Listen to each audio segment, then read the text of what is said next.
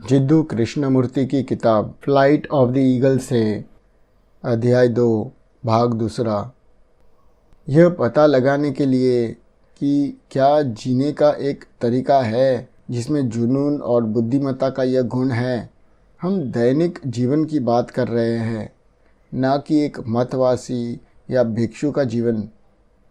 इसके लिए हमें खुशी की प्रकृति को, नेचर को समझना होगा। हम कुछ दिन पहले खुशी के प्रश्न में गए थे कि कैसे विचार एक अनुभव को बनाए रखता है जिसने पल भर के लिए एक खुशी दी थी, और इसके बारे में सोचने से कैसे खुशी कायम रहती है। जहाँ खुशी है वहाँ दर्द और डर होना लाजमी है। क्या प्रेम सुख है? हम में से अधिकांश के लिए नैतिक मूल्य, मॉरल वैल्यूज़ खुशी पर आधारित होते हैं। स्वयं का त्याग करना, किसी चीज़ की अनुरूपता में अपने आप को नियंत्रित करना, इसके पीछे खुशी का उद्देश्य होता है। अधिक से अधिक खुशी, कुलीन या जो कुछ भी कहे। क्या प्यार एक खुशी की चीज़ है? और फिर से वह शब्द प्रेम इतना भरा हुआ है जिसका इस्तेमाल हर कोई करता है। राजनेता से लेकर पति पत्नी सभी प्रेम शब्द का उपयोग करते हैं, और मुझे यह लगता है कि यह केवल प्रेम है। प्रेम शब्द के गहरे अर्थों में प्रेम जीवन का एक ऐसा तरीका ला सकता है जिसमें कोई विखंडन नहीं है। डर हमेशा खुशी का एक हिस्सा है। जाहिर है, जहाँ रिश्ते में किसी तरह का डर होता है वहाँ विखंडन होना चाहिए, विभाजन होना चाहिए। यह वास्तव में काफ़ी गहरा मुद्दा है। यह जांच कि क्यों मानव मन ने हमेशा दूसरों के विरोध में खुद को विभाजित किया है, जिसके परिणाम स्वरूप हिंसा होती है और हिंसा के माध्यम से इसे हासिल करने की उम्मीद भी की जाती है। हम मनुष्य जीवन के एक ऐसे तरीके के लिए प्रतिबद्ध है जो युद्ध की ओर ले जाता है, और फिर भी उसी ही समय में हम शांति चाहते हैं, हम स्वतंत्रता चाहते हैं। लेकिन यह शांति केवल एक विचार के रूप में है, एक विचारधारा के रूप में है, और उसी ही समय में हम सब जो कुछ भी करते हैं वह हमें अनुकूलित करता है। मनोवैज्ञानिक रूप से समय का विभाजन है। समय अतीत के रूप में भूतकाल, वर्तमान और भविष्य है। हमें इस बारे में पूछताछ करनी चाहिए कि क्या हम ऐसा जीवन जी सकते हैं जिसमें विभाजन बिल्कुल भी मौजूद ना हो।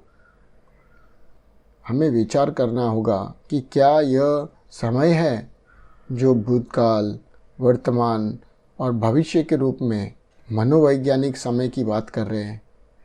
क्या यही इस विभाजन का कारण है? क्या यह विभाजन ज्ञात से उत्पन्न होता है?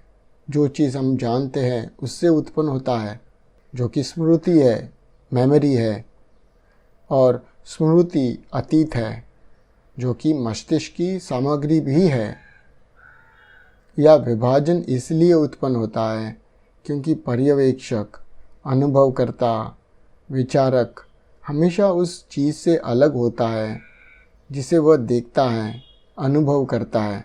या क्या यह अहंकारी, आत्मकेंद्रित गतिविधि है जो है मैं और आप, जो स्वयं का प्रतिरोध उत्पन्न करता है, अपनी अलग थलग गतिविधियों को पैदा करता है, जो इस विभाजन का कारण बनता है? इसमें जाने के लिए इन सभी मुद्दों के बारे में पता होना चाहिए। समय के बारे में पता होना चाहिए, कैसे पर्यवेक्षक खुद को देखी गई चीज़ से अलग करता है, कैसे अनुभवकर्ता अनुभव से अलग होता है। खुशी के बारे में पता होना चाहिए, और क्या इन सब का प्यार से कुछ भी लेना देना है? क्या मनोवैज्ञानिक रूप से भविष्य है वास्तव में जो कि विचार द्वारा आविष्कार नहीं किया गया हो? कालानुक्रमिक समय में या क्रोनोलॉजिकल टाइम में भविष्य है, लेकिन क्या वास्तव में मनोवैज्ञानिक रूप से भीतर से क्या भविष्य है? यदि कल एक विचार के रूप में है तो क्रिया पूर्ण नहीं हो सकती है और यह कार्रवाई विभाजन और विरोधाभास लाती है। कल का विचार जो कि भविष्य है, भविष्य ही कारण है कि हम चीज़ों को बहुत स्पष्ट रूप से नहीं देख पाते जैसे कि वे अब हैं। क्या ऐसा ही नहीं है कि मैं उन्हें और अधिक स्पष्ट रूप से कल देखने की उम्मीद करता हूँ? हम आलसी हैं, हमारे अंदर यह जुनून नहीं है, यह महत्वपूर्ण रुचि नहीं है जिससे हम एक खोज कर पाए। सोच के द्वारा यह विचार उत्पन्न होता है कि आखिरकार हम वहाँ पहुँच जाएंगे, आखिरकार हम उसको समझ पाएंगे। तो इसके लिए समय आवश्यक है, कई दिन आवश्यक है। क्या समय समझ लाता है? क्या यह हमें बहुत स्पष्ट रूप से देखने में सक्षम बनाता है?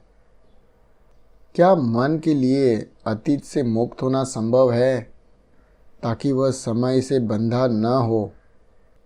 कल ये ज्ञात के संदर्भ में है और हम मनोवैज्ञानिक रूप में बात कर रहे हैं। तो क्या तब ज्ञात से मुक्त होना संभव है? क्या कोई क्रिया हो सकती है जो ज्ञात के संदर्भ में नहीं है?